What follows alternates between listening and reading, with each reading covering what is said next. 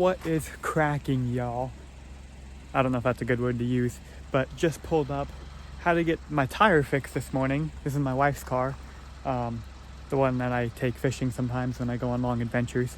And she had a nail in her tire, so had to go out and fix that nail this morning, take it into the shop. So a little late start this morning, but gonna get the waders on, gonna get rigged up. The river is looking beautiful. You know, we've had a lot of high water, so there should be fish that pushed up in here. Now the river's on the drop, beautiful green color. We should find fish today, guys, so let's do it.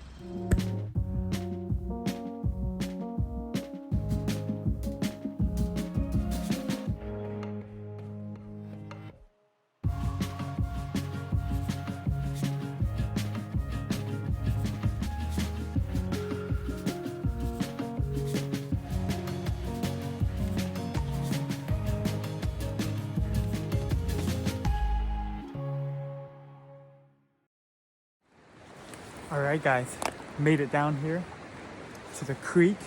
Normally I run fixed floats on this little creek, but I didn't know what the water was gonna look like. I also wasn't sure what river I was gonna go to, if I was gonna go to a creek or a bigger river. But I've got a little slip float on here, little Bomac, but I might end up changing to a little fixed float. But for now, we're gonna go with this. Got a little bead on there. That's a Randy Bales incognito bead. Best bead on the market right there. I just love fishing his beads. So we're gonna start here, fish this hole, and hopefully we're gonna whack a steelhead.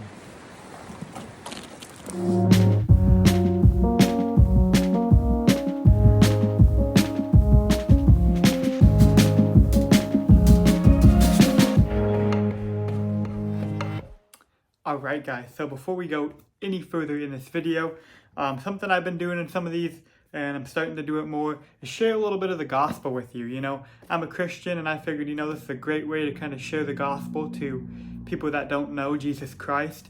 You know, as you're watching my video, just a little pop-up. And some of you might get angry or mad because I'm trying, you know, you think I'm forcing God on you.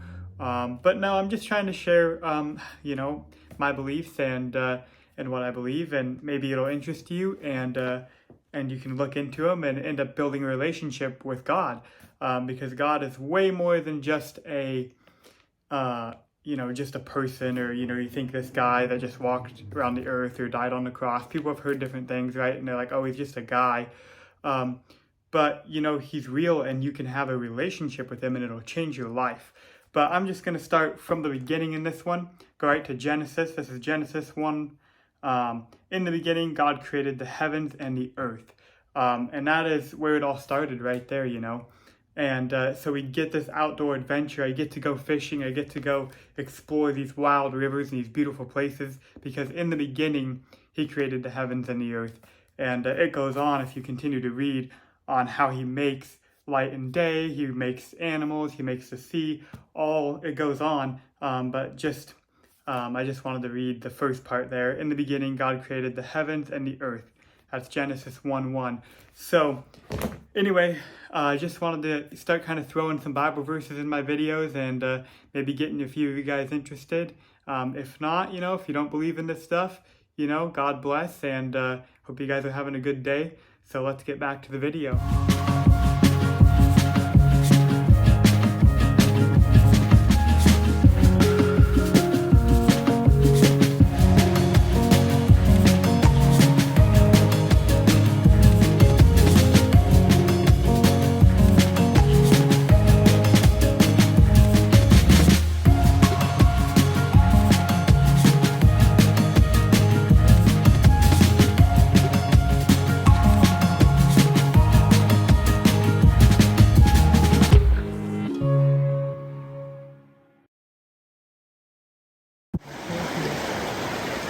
All right, guys, we got a nice one on.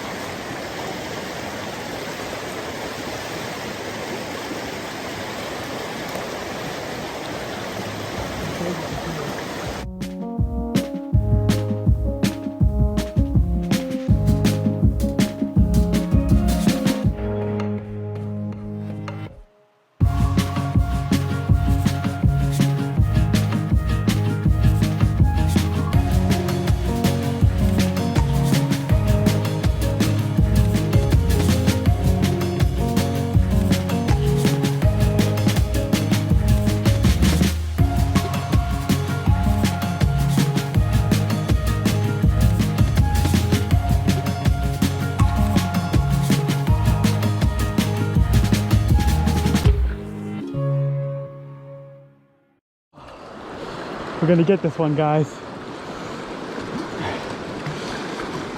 Lift, got it.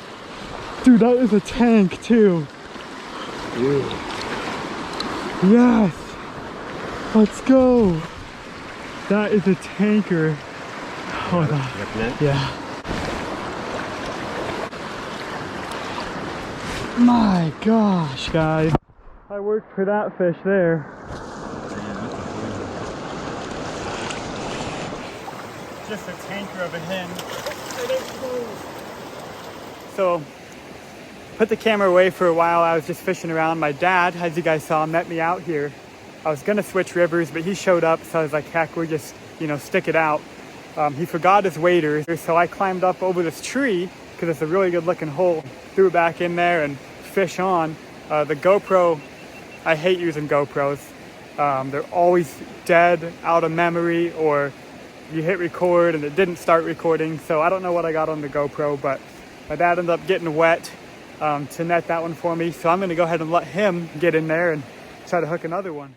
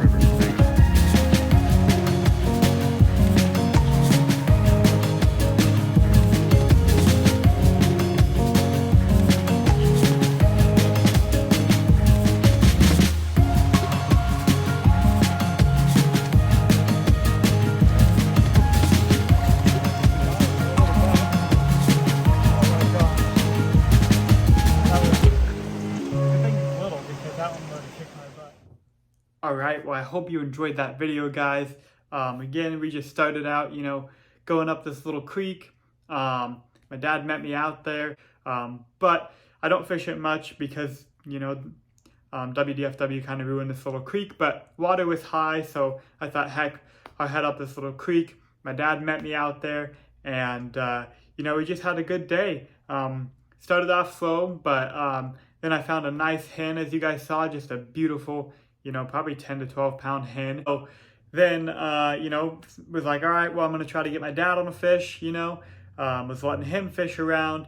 Then we came up to this log jam that they put in because on this little creek that they stopped planting hatchery fish in, they decided, well, if we put in a bunch of log jams, it's going to bring back a bunch of wild fish, which to an extent, yeah, sure, it's more habitat, it's going to help. But at that point, they've already destroyed the wild fish and it's a hatchery river. So what the heck are you thinking? Anyway, so we're by this log jam. There's this log coming out, right? The river kind of narrows. There's a log sticking out. And I let my float, I was like, ooh, that'd be a good spot. A fish could kind of hide behind that log and the current break. So I, let my center pin run that float right down that seam off that log. Float went down and I immediately thought, I got that log. So I lifted up and my bobber just kind of came up at me. And I was like, well, that was the log. Threw back in there, of course, being a fisherman, you repeat the same thing and, throw right back into a snag. So I throw back in there. Bobber does the exact same thing, the exact same spot. And I'm like, oh, well, this time I hooked it. Got the snag. Lifted up a little bit and head shaking. And that was that little buck. And he tore me up in that current. He actually put up a good fight on the little center pin, teared me up pretty good in that current. But I'm going to show you my setup really quick just because I have a lot of people asking and you guys can skip through this and have a great rest of your day or you can listen. So I'm running a center pin rod. Obviously you don't have to use a center pin rod. I'm gonna make a video eventually on the differences between a bait caster, a spinning, and a center pin, and what my opinion is. Is a center pin really better than a bait caster or a spinning rod? I kind of think so. But like I said, I kind of make a video about that at some point and get into it. But center pin rod, this is a real light rod, 6 to 10 pound rating, light action, 13 foot. So these center pin rods are long a lot of times. Normally a spinning or a bait caster rod for float fishing would be, you know, like that, maybe 9.5 to like 10.5 foot range. A lot of times center pin rods are long, which is one of the reasons I think that they are a little bit better sometimes, but you can get longer bait casters and custom spinning rods that are, you know, 12 or 13 foot long. But anyway, 13 foot, 6 to 10 pound, so real light action. So you get messed up. I mean, this thing is really fun. You get messed up with some of those fish sometimes, especially if you hook a good sized one. So I'm running 12 pound mono on here just because the center pin. If I was running a bait caster spinning reel, I'd run braid for my main line, like a 30 or 40 pound braided line. That day I was running just a simple sliding float. My weight is back here to balance it out, right? Sliding float, bob or stop. You can use whatever float brand you like. I was running one of these Bomac, the clear ones. A weight to match it. I think that's 3/8 ounce float, 3/8 ounce weight. Run a leader down. Now that was a shallow creek, so I'm running about a 3 foot leader down to my bead setup. Now that day, I was running a Milky Row bead with a 14 millimeter incognito. I'll link the beads down below. All my beads I use are Lured by the Bead. Go check him out. He makes these really awesome beads that are the incognito, which have I'll get one that's kind of, you can see a little better here.